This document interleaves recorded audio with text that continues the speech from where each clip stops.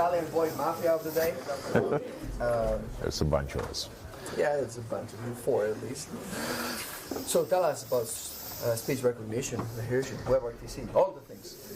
So, when I started preparing my talk for FOSDEM, I was thinking about building something that was not usual. Like, we usually work using various APIs, most of them are commercial, stuff like IBM Watson and Google Voice and things like that. And I decided, what if I start my talk by building an application that's based only on open source technology, including the more advanced stuff, such as machine learning and stuff like that. So, who am I first? My name is Luca Pradovera. I'm the new lead at Mojolingo, which is a company that's been managing the Audition project and the other stuff. And I'm an Audition contributor, and I will tell you all about Audition today. And I've been playing with phones since I was 8. My father is also a telephony engineer, and it runs in the family. So, demo first. Could someone call James Bodie while I pull up the demo, please? So, a warning, the demo doesn't actually work because we have no audio. So what I've been trying to do here is get a call into a WebRTC client, which was the part that didn't work essentially, which I'll touch on my presentation. I did a slide on this after. And get the call through speech recognition using Pocket Sphinx, so it's free and open source software. Running through a free platform that's called NLU that does the actual bot interpretation, kind of like Wheat.ai, other stuff, and then spit out the result. What I did here,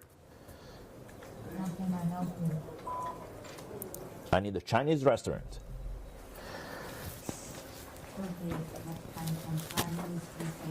I'm just piping the events browser, and essentially what we're doing is that we get a Chinese restaurant out of that.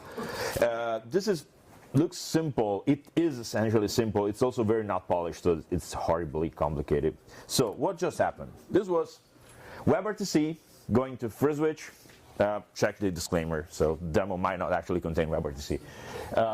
FreeSwitch is sending a call to Audition for control. Audition is using the result from CMU Sphinx to go through Reza and NLU and ask Google for a restaurant. F-Lite is what is speaking the voice. F-Lite is an open source TTS engine. That's not too bad. Actually, that's one of the things I found out by building this application, is that all of these products are surprisingly good, and we're skipping over and giving money and time to big corporations, and we should probably working with some of these people on projects. That's the important message I got from building this one. Well, we're using HTTP just to go through. And the disclaimer says no keyboards have been harmed during the preparation of this demo. That's not actually true. I broke one just because I was so angry. So, moving part. As I said, we have FreeSwitch with Modverto. Audition, which is the main control layer. Pocket Sphinx and F-Lite are the voice, and Reza and NLU. So everybody knows what FreeSwitch is by now. There's been like about 3 presentations, and Giovanni is better than me in explaining what FreeSwitch is. So it's a switching platform. You can use it for a variety of things. It's got very good modularity. It's easy to turn off features you don't want, and it's got very good WebRTC support through Modverto. I'm talking about FreeSwitch just because I use FreeSwitch to build this particular demo. Asters will be as good. They don't have Modverto. They just use SIP over WebRTC. And it's pretty much, right now they're feature equal. Depending exactly what you need, there might be some differences, but I don't see anything that's really relevant in that. The ERM voice, as I said, are Pocket Sphinx. Pocket Sphinx will be tuned for better results for starters. This guy really only understands a few hundred words, just because I'm running with the stock grammar. There's a larger grammar. I didn't have time to install that. It sounds like it's worked pretty well. And F-Lite gives you good TTS for the price, which is free. The voice is a bit robotic, but then again, it does speak pretty well. The interesting thing I discovered when working on this project was this library I didn't know about, which is Reza NLU. This is a machine learning and natural language processing library that aims at providing a service similar to Wheat.ai, Lewis API.ai, so essentially a conversational interpretation of text. You ask it a question, and on the back end you have built a tree of entities and phrases it understands, and it will give you back an intent and subjects. What's an intent? Intent is what the person wanted to do or know, and what the subject is what the person wanted to do or know about. So I need a Chinese restaurant as an intent of restaurant search in my configured example, and an object of Chinese, because I said I want a Chinese restaurant. So that's then used to do a search. This is a very, very interesting project, also because it's almost batteries included. It didn't take long to set up, and the time that you take in setting up your model can be reused on any other platform just because they're compatible. So what did I learn building the app? Principally one thing: we need a better way to set up FreeSwitch or Asterisk for WebRTC development locally. Working with various security requirements, especially the SSL certificates, is a pain. That needs to be fixed, and I'm probably going to start and figure out how to fix it from Monday on. Pocket Sphinx is not as bad as the reputation it has. Pocket Sphinx is considered a toy. That is wrong, essentially wrong. It does most of what you need in a simple application, including interpreting simple grammars, so you can ask it yes/no questions. You're generally asking that kind of question in a voice application anyway. You don't want people to tell you the story of their lives and then interpret that. You don't really care. If they need a counselor, they call a person, not a bot.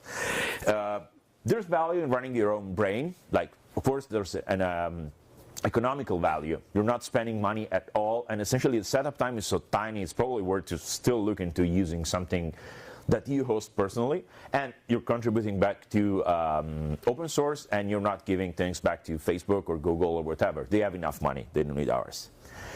The other important part, the very important part, is adhesion itself. So all these services are disconnected in a sense from each other. FreeSwitch records the audio, Pocket Sphinx interprets it, NLU gives you the conversational representation of what the person said, but you need something to run the call, pick up, answer, do the recordings, shuttle around messages between the various parts. And that's where adhesion comes into place. So first of all, has anybody here heard about adhesion before? Woo! That's like 300% the usual amount, which is 1. That's bad. Use adhesion, it's great. It's a Ruby voice application framework which provides third-party call control logic to telephony engines, which means we don't mess with the actual media flow. We just handle things like picking up the call, transferring, answering, recording, playing audio, collecting input, using ASR, etc. It connects to the 2 main open source platforms, which are FreeSwitch and Asterisk, using 2 different mechanisms. One is RIO for FreeSwitch, and one is AMI for Asterisk. We're not on ARI, I know, we should. Version 2 is stable, and it's been stable for a while, so we just released an update. And version 3 has been at RC1 for quite a while, because there's one bug we need to fix, and we need a sponsor for that, essentially, but it'll come up soon enough. And it's backed by a foundation, so the project has guaranteed long-term viability. And so we have a few new things in Adhesion 3, which make it even easier to build, to use as a glue for building your own complicated applications, whether they're voice-based or other types. FreeSwitch support is radio only. It doesn't use the event socket anymore, in case anybody knows what an event socket is. Asterisk 11 plus is required, which is, well, I mean, right now it's okay, I think. We streamlined the internals a lot. It's got like 30% faster on benchmarks, and it's got a built-in HTTP server. So if you need to build a very simple dashboard to your, for example, PBX, internal telephony exchange for your office, you can have it straight on the server without any other service. And it's got native internalization support, which means you can easily play and send translated text. It's important just because we didn't have it. I know it's forgiven these days, but it wasn't there before. What can you do? So there's plugins. Plugins give you voicemail. Pseudo-TTS. What's Pseudo-TTS? It's a plugin I built that will play dates, numbers, and generally ordinal numbers, so first, second, third, just starting from a string with audio files it carries itself. So you can even run without any kind of TTS, and it will still try and play audio for people. There's platform-specific functionality plugins, mostly for Asterisk. Asterisk has very good let's primitive support, native support, while FreeSwitch is only supported through Rio. We have clustering. Logging has been unified, so it's easier to deploy to Heroku and whatnot. They're all small changes by far and wide, but in general speaking, means that you can just take an additional application, deploy it to Heroku, point it at your FreeSwitch server, and you're done.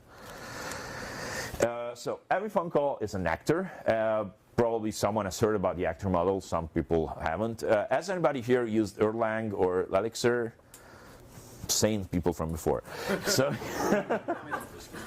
yeah, so anyways, the idea is that every call is isolated. If a call crashes, the process doesn't go down.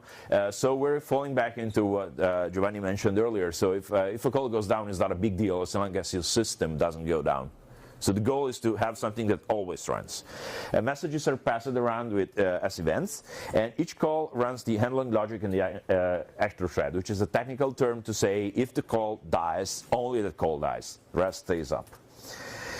So as I said, controllers scoop up features. So it's kind of like Rails or any MVC application, really. There's a controller for every thing you want people to do. So the demo I run is one controller that asks the person for the restaurant, checks for if there's a valid input, and then looks for a restaurant and sends the URL back to the browser.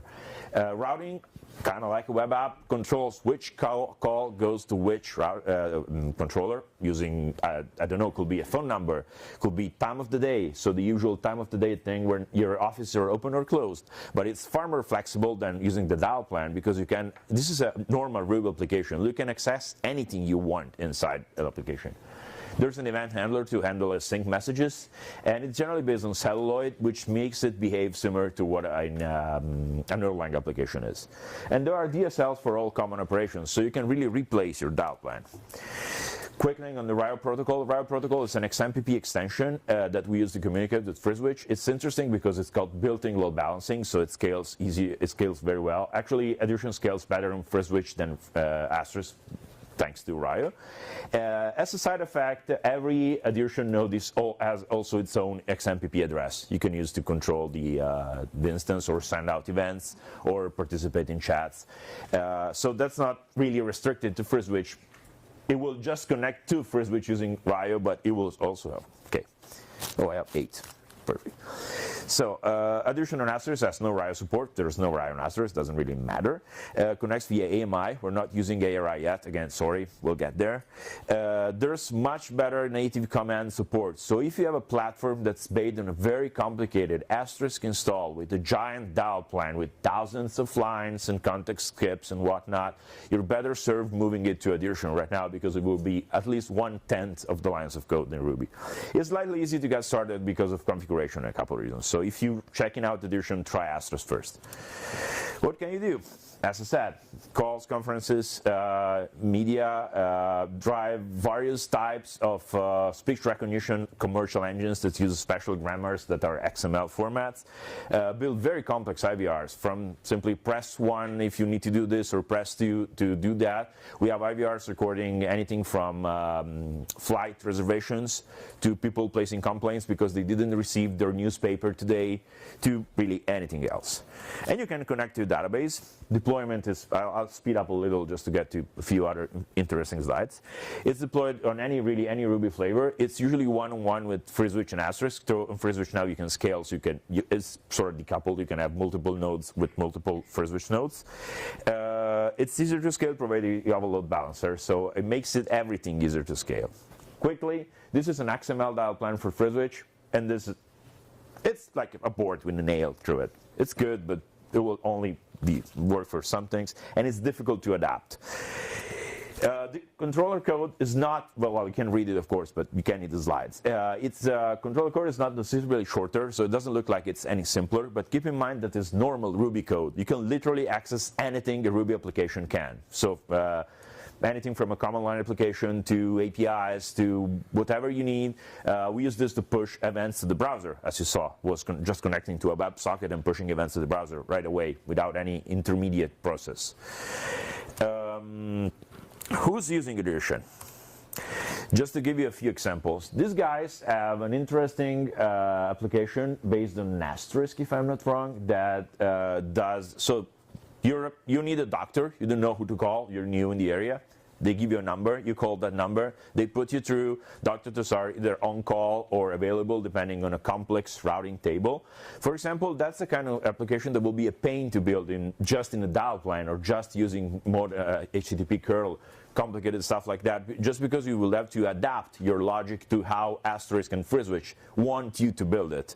Well, here what you do is just keep your logic in addition. All you do is a simple SQL query, manipulate whatever you need to do, generate specific messages for the different doctors, and just handle the call in an easier and more integrated way. Again, we're not doing anything with the media flows or signaling or whatnot. This is just call control.